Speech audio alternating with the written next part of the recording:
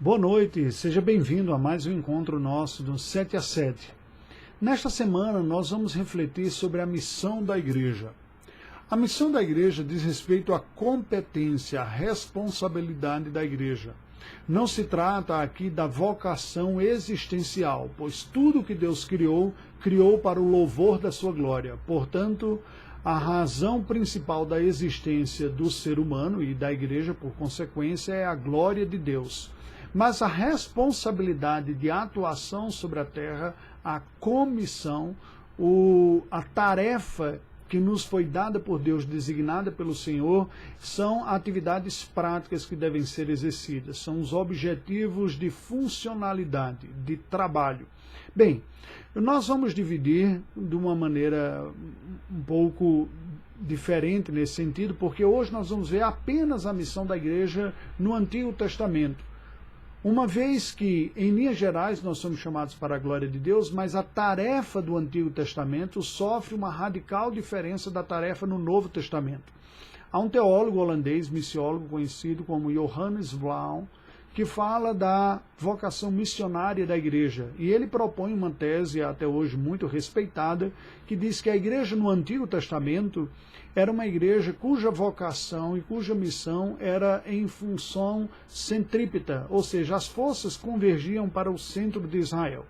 Nós podemos dizer, ou para Israel como centro, né? Vinde a Israel, vinde ao templo, vamos adorar o Senhor em Jerusalém, para que assim Deus seja glorificado. Nós vamos hoje olhar um pouco sobre isso e nos outros dias olhar as comissões de Cristo à igreja em cada um dos outros dias, que aí propriamente é a igreja da nova aliança, que é a nossa realidade. Nesse sentido, a nossa é diferente do Antigo Testamento. Mas vejamos o que nos diz a palavra do Senhor em Êxodo, capítulo 19, versículos 5 e 6. Agora, pois, se diligentemente ouvirdes a minha voz e guardardes a minha aliança, então sereis a minha propriedade peculiar entre todos os povos, porque toda a terra é minha. Vós me sereis reino de sacerdotes e nação santa, são estas as palavras que falarás aos filhos de Israel. Portanto, quando está sendo promulgada a lei de Moisés, através de Moisés, o Senhor diz claramente o seguinte: vocês, como o meu povo, povo da antiga aliança e através da lei, devem estar atentos para ouvir com diligência e guardar a minha aliança, obedecer a aliança conosco. Nós já refletimos um pouco sobre a aliança aqui. Vocês são uma propriedade peculiar de todos os povos. Deus escolheu uma nação, um povo, o povo de Israel, para ser seu. Isso está presente em todo o Antigo Testamento. O povo de Deus escolhido pelo Senhor no Antigo Testamento, desde Abraão, aliás, desde o Gênesis, nós temos uma linhagem santa separada, mas a partir de Abraão, esta linhagem se constitui um povo. E Deus está dizendo, vocês serão um povo diligente e especial de todos os outros. Toda a terra é minha, mas dentre toda a terra há um pedaço que eu reservo para construir uma nação que viverá para a minha glória. E vocês são um povo que vão constituir. Mas lembre-se, vocês serão um reino de sacerdotes. Vocês não são um fim em si mesmos. Vocês são um reino especial. O reino de Israel deve ser sacerdotal para as outras nações, deve interceder e mediar o conhecimento de Deus a partir de vocês, a partir da experiência histórica de vocês. O mundo deverá conhecer quem eu sou. São estas palavras que falarás aos filhos de Israel. Aí fica a pergunta, mas de que maneira isso ocorreria? Não há um chamado missionário para Israel do Antigo Testamento como há para a igreja? Não. Não há no mesmo sentido de ir até as nações, alcançar cada um dos povos da terra. Existe uma missão centrípeta, voltada para o centro, que deveria ser basicamente a partir do testemunho que irradiava a partir de Israel, chegando até o conhecimento dos confins da terra. Nos diz Deuteronômio capítulo 4, versículos 6 a 8. Guardai-os os mandamentos do Senhor, cumpri-os, porque isto será a vossa sabedoria e o vosso entendimento perante os olhos dos povos, que ouvindo todos esses estatutos dirão, certamente este grande povo é gente sábia e inteligente. Pois que grande nação há que tenha deuses tão chegados assim como o Senhor nosso Deus, todas as vezes que o invocamos? Eis que grande nação há que tenha estatutos e juízos tão justos como toda esta lei que hoje vos proponho. O que Deus está dizendo aqui basicamente é o seguinte: à medida que Israel do Antigo Testamento, o povo de Deus, a igreja na Antiga Aliança, conhecesse, praticasse, vivesse a vontade de Deus, isso serviria de testemunho às nações do que é ser um povo abençoado, do que é o conhecimento de Deus, do que é. Seria um testemunho que seria dado por expansão do conhecimento. Isso fez com que povos viessem até Israel, a rainha de Sabá fosse até Salomão para ouvir e aprendessem, peregrinos, transeuntes ouvissem. Estava muito focado em Israel, a ponto de nós lermos no Salmo 137, versículos de 1 a 5, a dificuldade que os judeus tinham e os hebreus tiveram de até mesmo adorar e louvar ao Senhor estando fora da terra. Nos diz, às margens dos rios da Babilônia, nós nos assentávamos e chorávamos, lembrando-nos de Sião. Nos salgueiros que lá havia, pendurávamos as nossas harpas, ou seja, não estavam mais tocando.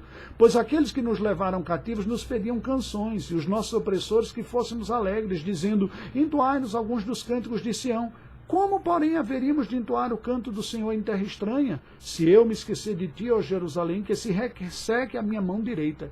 A dificuldade que os israelitas tinham no Antigo Testamento de olhar que o testemunho deveria se expandir até os confins da terra, embora não tivesse um chamado de ir até o lugar, quando eles são levados, eles não conseguem nem mesmo louvar a Deus, entoar e ter alegria, tamanho apego, tamanho desejo de voltar para a terra de Israel. E esta missão centrada em Israel prejudicou um testemunho alegre, vibrante, onde eles estivessem, e até mesmo quando foram levados cativos. Lembrem-se o caso de Jonas, que não consegue nem mesmo naturalmente obedecer a Deus e levar a palavra para outro lugar. Mas Deus já havia dito desde Abraão, dizendo, em ti serão benditas todas as famílias da terra. Como que essas famílias da terra todas serão benditas? Paulo, escrevendo aos Gálatas, explica. Isso não seria aplicado a partir do contexto da antiga aliança, mas apenas da nova. Ele nos diz em Gálatas 3, 13 e 14. Cristo nos resgatou da maldição da lei, fazendo-se ele próprio maldição em nosso lugar, porque está escrito, maldito todo aquele que for pendurado em madeiro, para que a bênção de Abraão chegasse aos gentios em Jesus Cristo, a fim de que recebêssemos pela fé o Espírito prometido. Ou seja, a bênção de Abraão, para que alcançasse todos os confins da terra, viria apenas depois de Cristo vir à terra.